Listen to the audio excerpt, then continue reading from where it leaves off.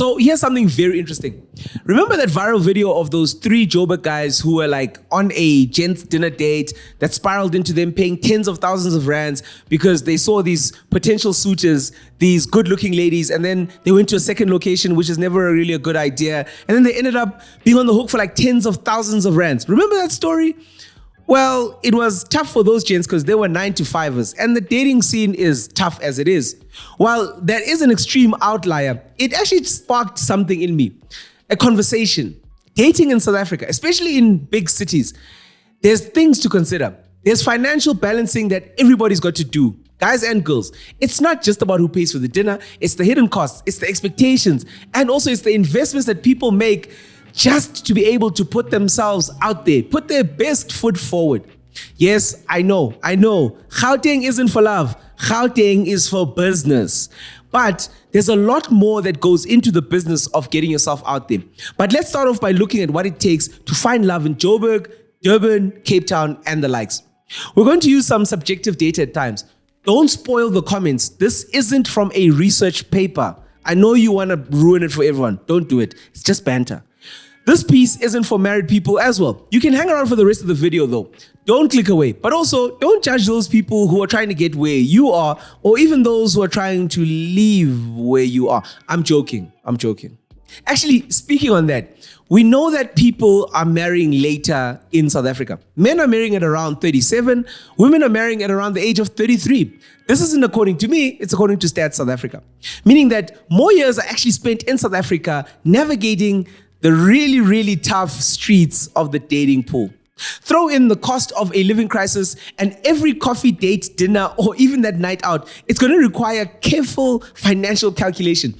As a lot of gents might actually know, dinner and drinks at a decent establishment, this can set you back several hundred rands. Now let's take those 100 rands and think of them as an investment. You're going to be disappointed if there's no ROI, if there's no spark. Then think about this. Some bills go past that. Some bills hit 1,000 rand plus on the first date. But the financial considerations run a little bit deeper than that. And that's just on the date night tab. Mjolo in itself is financially deeper than the ocean. And if you're not prepared, you're gonna sink. Let's firstly talk about the often overlooked cost of preparation, preparing for the date. Looking and feeling your best is a real part of the dating landscape anywhere, especially in the biggest cities. And also think about those stages. You're in the early stages, so you're trying to look good. A recent survey reveals just how much South Africans actually invest into their appearance. The average South African woman spends between 5,000 to 8,000 rand. That's on average every single year on beauty and cosmetics. That actually breaks down to around 450 rand all the way to 850 rand every single month. Think about it. This is dedicated solely to just things like skincare, makeup, hair care, etc.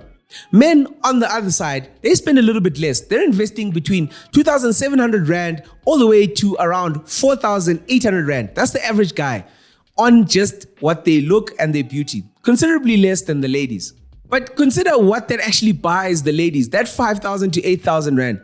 Think things like cleansers, toners, serums, niacinamide, retinol, hyaluronic acid, SPF, moisturizers, foundations, mascaras, lipsticks, and a lot more. The average lady actually reportedly uses 12 beauty products daily, just in her routine. It's not just vanity. It's about her self-confidence, it's about self-care, and also presenting your best self in a competitive, it's the Champions League, that competitive dating league, fueled by things like apps, social media DMs, and places where first impressions that are visual count the most. That glow doesn't just happen, ladies and gentlemen. It's often carefully curated and sometimes filtered, and it's also funded. For women, navigating this 400 rand to 850 rand a month, and for some, it's actually quite significant. Think about it, it's a huge line item considering rent, transport, and other things. Things that you actually have to save up for before the date. But also, remember, the dating landscape has completely shifted since we were a little bit younger. Think of places like Insta DMs, think of places like TikTok DMs, or even X DMs. Especially for Gen Zs, 18 to 25-year-olds, Tinder holds a whopping 32% of Africa's online dating market share. Globally, this online dating sector is booming. It's projected to have 600 million users worldwide, and it rakes in about 149 billion rand of revenue every single year. For Gen Zs, who are actually over 50% of Tinder's users, they champion things like authenticity, low pressure connections, and despite a lot of the assumptions, they say that their goal, this is obviously through surveys, isn't actually hookups. Millennials, do you hear that? They want longer term relationships. That's what they sought out for. 40% of the users actually said this. In South Africa, the usage peaks in places like Cape Town, Durban, and even Johannesburg. But the 35 to 45-year-olds aren't being left behind. They're also joining in droves. Many of these seekers are actually looking for matches within their cultural groups. And even though cultural or cross-cultural connections are growing, there's still a smaller portion of the thing. People are looking for people that they can relate to a lot easier. So how much does it actually cost to date in a place like Johannesburg? Well, Joburg actually ranks as the 54th best city globally to find love. I don't know how they surveyed this. We apparently have 3.4 million single people, which is actually roughly 61% of the population, and a near 1-to-1 male to female ratio in Joburg. It's also the 24th most affordable globally, with an average date costing around $52, 710 Rand.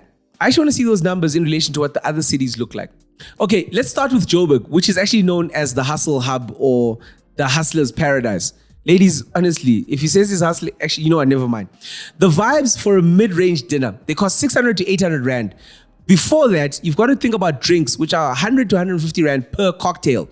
Then you got to think about the fuel and the e-hailing, which adds another 100 plus Rand per trip, depending on how you get home. But if you're on the tighter budget side, dating means you've got to look for free events, markets, art galleries, or even coffee sessions. This is about 60 to 100 Rand, and you're not in it for the long haul. Nor are you actually committing. Now let's look at Cape Town. Yes, it's more scenic, it's more breathtaking, but what's even more breathtaking are the prices. Dinner, 800 to 1,200 Rand just for 2 people. Casual spots are also not that cheap.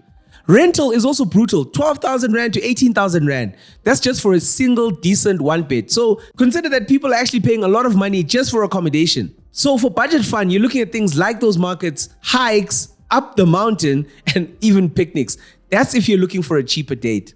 So Durban is sort of like the coastal compromise. It's by the ocean, but I don't know if you're catching a lot of fish there. Generally, it's more affordable, especially for casual spots, think things like Bunny Charles, etc. But also, there are places that are a little bit more upmarket. Think you're north of Durban, Mhlanga, Belito, those type of areas, where if your suitor comes from those areas, they're paying 6,000 to 12,000 Rand rent. So they might have a little bit more disposable. Then you've got the beaches, which actually offer a lot of free or low-cost options for a date. I mean, it doesn't cost that much to get ice cream and sit by the beach and find out if you want to commit long-term or not. When we stick with the dating part, especially within the black dating context, there's a transactional thing that's crept in, and it's also another money burden. But this one is specifically on guys. It's called mavuso. Now, for those who aren't aware of this trend, think of it like a tax, but for dating. Mavuso refers to money that's actually given to a woman, a lady, after and sometimes before spending time with her. The money is some sort of like thank you, pre-thank you, post-thank you for giving or sharing time. Like when a gent leaves a note on a dressing table in a US movie. I'm sure you're getting the picture. This is often during the dating stage, because mavuso also apparently involves pre and sometimes even post-dating and other negotiations which need to be taken into account. And from these negotiations, 2 people have to agree to all the terms, spending the night together, or even going out to a party or attending social functions together, almost as like a couple or even just vibing. Now, that said money, mavuso, which is given to women for whatever, to spoil themselves, it's normally given to the woman in the morning. So kind of like imali yomvusa. I just made that up. I don't even know if that's what it means. These amounts can actually range from 500 Rand all the way to 3,000 Rand. Interestingly enough, that's the e-wallet money limit too. Coincidence? I think not. I don't know. I've never done this. But I've also heard of 30K mavuso. 30K, guys. I mean, that's basically extortion. I think SAFs should get involved in this. Where's General Mkwanas? But honestly, this is part of dating in some circles in South Africa. And if you actually know or have some stories around this particular one, you can share your Mavuso stories in the comments and maybe let's have a laugh, or you can tell us where you work so we can also have extra cash. But honestly though, financial pressures extend far beyond date number one. Think of celebrating anniversaries or birthdays. This thing requires serious budgeting when you're just jolling. Even though grand gestures are often replaced by intimate experiences like picnics, hikes, home-cooked meals. On top of that, think of things like gifting, how those dynamics evolve over time. Then you've got to consider that a lot of these financial conversations and budgets, they shift over time the more time you actually get into deeper dating. The question around all of this is always, what type of relationship or financial relationship are you and your partner having? Think about it. A lot of people are being crushed by rents, utilities, costs, Eskom hikes, everything. These things make solo living a little bit tougher, especially in the bigger cities. Sharing a flat, a home, a cottage with a partner, you know, that thing that no one likes to talk about, fat and sitting, this thing can actually halve or take down your individual living costs. Like in Cape Town, cohabiting is often a financial necessity because they're struggling down there when it comes to rents. Well, I guess we all are. These things are actually forcing couples, whether they like it or not, to tackle compatibility issues much, much earlier in their dating thing. Because you're still kind of dating, even if you're fat and setting. Actually, what do you guys think about this whole like fatting and setting, this moving in together thing to make costs a little bit more bearable? Is it frowned upon in your culture? Have you ever done it, or are you doing it right now? Don't worry, we won't tell your parents. Does it actually even work? Let us know in the comments. So the question that we have to ask ourselves, is love dead because of the rand in particular? Because of Cyril's economy? Not really, but I just think that it demands a lot of pragmatism right now and a lot of creativity. Think of those things that can redefine what a date actually means. Hikes, beach walks, free galleries, game nights, cooking together. Look, connection is greater than that 1,000 Rand plus bill tab. From these surveys that I was seeing, a lot of ladies like Buhle, who was 23, they're embracing the whole splitting the bill thing. She, as one of the respondents, was saying that she'd never actually want anyone to pay for her. She doesn't have those expectations. Splitting costs is normal to her, but she's maybe a little bit younger, and maybe the new generation, they see this dating thing a little bit differently. She further goes on to say that whole viral ball out thing and approach is not something that is normal to her or to a larger set of the ladies who were surveyed here. I don't know if this is true or not. The guys can confirm. Other respondents to this poll highlighted honest conversations. They said that talking money early on in the dating stage is actually key to sorting out a lot of these tensions. From that same W24 poll, over 1,500 women were actually surveyed for that. So it was kind of comprehensive. They found that an astounding majority felt that 300 to 500 Rand for a date was reasonable for a first date though. Effort trumps expense, that's what they were saying. But also you need to sound the alarm early on if you have fast food outlet budgets and the lady you're dating or vice versa is suggesting a meetup at like a Tang V&A waterfront. Yivale mfana, yivale sis. Do these amounts actually even feel familiar to you guys? How much have you spent on that first, second, or even third date? Did you split the bill? How did you work that out? Let us know in the comments. Also, let us know how it worked out for you and that person. Are you guys together watching this video, or it never materialized? There's also something else to consider when dating, and that's the whole like getting on a flight and going somewhere exotic. That thing is actually expected in this day and age when you're dating. And you guessed it, it also costs money. Consider that a South African weekend away for a couple can cost anywhere from a few thousand rands if you're driving somewhere. That's for basic stays. Upwards to like 10,000 Rand or even more for the luxury experiences, depending on location, accommodation type, and even activities. Budget-friendly options are there, but it depends on your partner if they want those budget-friendly options. That 2,000 to 4,000 Rand getaway. Look, to close this off, everything costs money. It costs imali, and dating in South Africa's cities is heavily intertwined with harsh realities of having or not having money. The average take-home pay, while improving, because it's up by 11.9% to 17,200 or so, this was at the end of 2024, is still quite a stretched amount. For the middle class, 15,000 to 25,000 Rand per month. Look, a staggering 63% of those monies, they often go to debt repayments. When you add those beauty costs that ladies have to deal with, it's not like any of the genders actually have extra cash. So maybe we need to be a little bit fair on ourselves on those dates. But in the end, resilience will shine through. Love adapts, they say. It's less about the rands and expensive gestures and more about just genuine connection, shared experiences, open communication, and just mutual understanding. That's what the surveys say. What do you say?